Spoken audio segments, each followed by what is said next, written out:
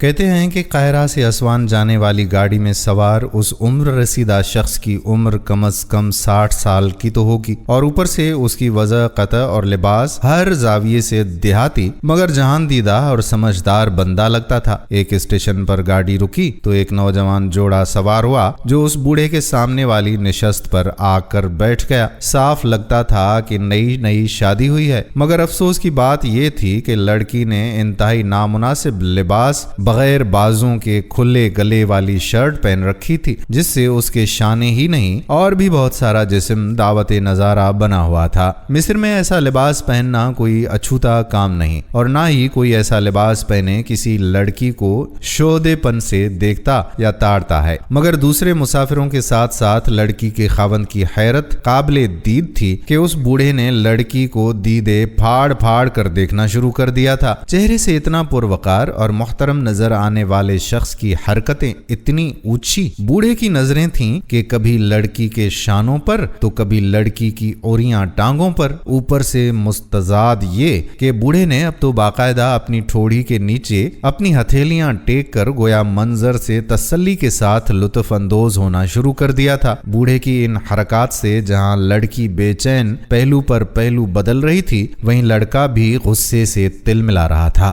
بالآخر اس نے پھٹتے ہوئے کہا کہ بڑے میاں کچھ تو حیا کرو، شرم آنی چاہیے تمہیں، اپنی عمر دیکھو اور اپنی حرکتیں دیکھو، اپنا منہ دوسری طرف کرو اور میری بیوی کو سکون سے بیٹھنے دو۔ بوڑھے دیہاتی نے لڑکے کی بات تحمل سے سنی اور متانت سے جواب دیا، لڑکے میں نہ تو جواباً تجھے یہ کہنا چاہتا ہوں کہ تو خود کچھ شرم و حیا کرو، نہ ہی تجھے یہ کہوں گا کہ تجھے اپنی بیوی کو ایسا لباس پہناتے ہوئے شرم نہیں آتی۔ تو ایک آزاد انسان ہے، بھلے ننگا گھوم اور ساتھ اپنی بیوی کو بھی گھما، لیکن میں تجھے ایک بات ضرور کہنا چاہتا ہوں، کیا تو نے اپنی بیوی کو ایسا لباس اس لیے نہیں پہنایا کہ ہم اسے دیکھیں؟ اگر تیرا منشا ایسا تھا تو پھر کاہے کا غصہ اور کس بات کی تلملاہٹ؟ بوڑھے نے اپنی بات جاری رکھتے ہوئے کہا کہ دیکھ میرے بیٹے، تیری بیوی کا جتنا جسم ڈھکا ہوا ہے اس پر تیرا حق ہے کہ تو دیکھ، مگر اس کا جتنا جسم کھلا ہوا ہے اس پر تو ہم سب عوام کا حق بنتا ہے کہ ہم دیکھیں، اور اگر تجھے میرا اتنا قریب ہو کر تیری بیوی کو دیکھنا برا لگتا ہے تو میرا نہیں، میری نظر کا قصور ہے جو کمزور ہے اور مجھے دیکھنے کے لیے نزدیک ہونا پڑتا ہے۔ بوڑھے کی باتیں نہیں، اچھا درس تھا مگر ذرا ہٹ کر۔